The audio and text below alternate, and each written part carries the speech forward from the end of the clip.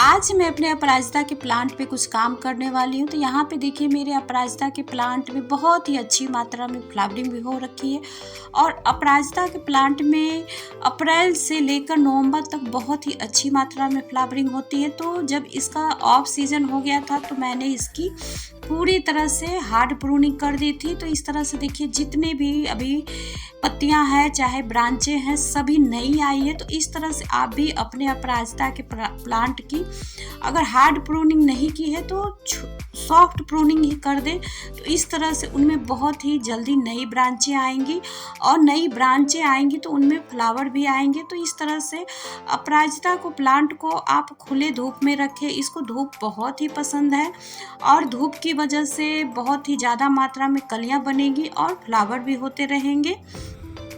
और यहाँ पे देखिए अपराजिता के प्लांट को आप महीने में एक बार चाय पत्ती का खाद जरूर दें। तो इस तरह से बहुत ही अच्छी मात्रा में नाइट्रोजन, फास्फोरस और पोटेशियम जैसे पोषक तत्व होते हैं जो पौधे के विकास में मदद करते हैं और मिट्टी की भी क्वालिटी बहुत ही हद तक सुधर जाती है। तो इस तरह के होममेड फर्टिलाइजर को अपने प्लांट को जरूर दें।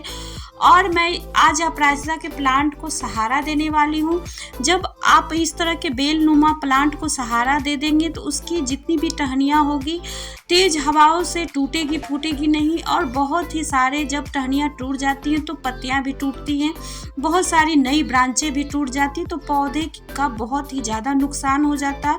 तो उन सभी से बचाव करने के लिए मैंने यहाँ पे देखिए तार को लिया है और उसको डबल फोल्ड कर कर मैंने यहाँ प्लास्टिक की रस्सी से उसको बांध दिया है। तो इस तरह से यहाँ पे बांधने के बाद मैं यहाँ पे एक डंडे का सहारा ले लिया है। तो इस तरह से आप बहुत ही आसानी से आपके अपने घर में ही अवेलेबल सामान से आप अपने प्लांट के लिए बहुत ही अच्छी किसी भी सहारे को आप बना सकते हैं, किसी भी शेप उसको दे सकते हैं। तो यहाँ पे देखिए मैंने बहुत ही मजबूती से डंडे को बांध दिया है। ऊपर नीचे गोलाई करने के बाद जो बीचों बीचों जगह बचा है वहाँ पे, तो इस तरह से मैंने बहुत ही इजी तरीके से इसको बना लिया है।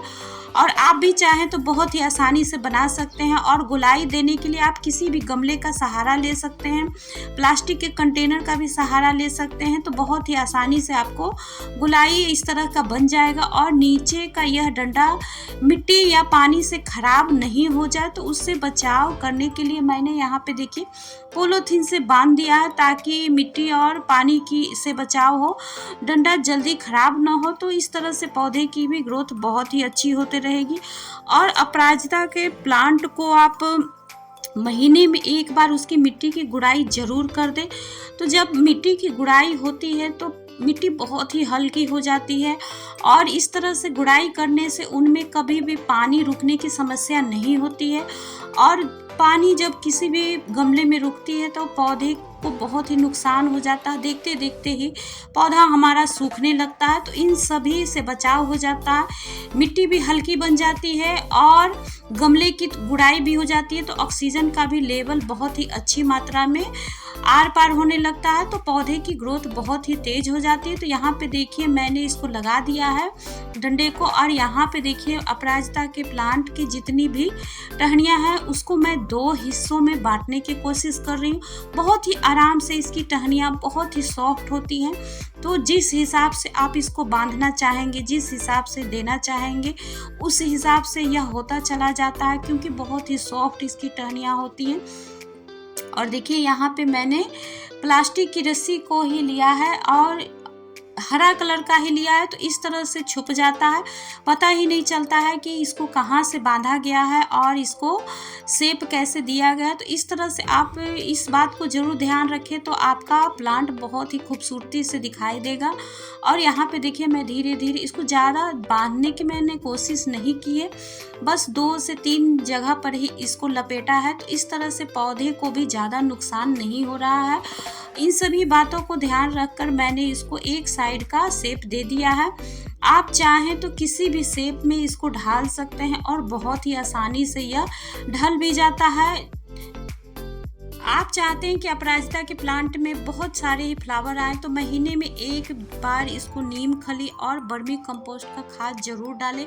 यहाँ पे देखिए मेरे अभी ग्रो बैग में पिटूनिया के प्लांट लगे हुए थे तो उनके बीज अभी कलेक्ट करने बाकी थे, तो मैंने अभी इसकी गुड़ाई भी नहीं की है और मैंने इसमें कोई ठोस खाद भी नहीं डाला है। अभी तक मैंने इसमें लिक्विड ही जो भी खाद डाला है उसी को मैंने डाला है। तो इस तरह से पौधे की भी ग्रोथ होते रही।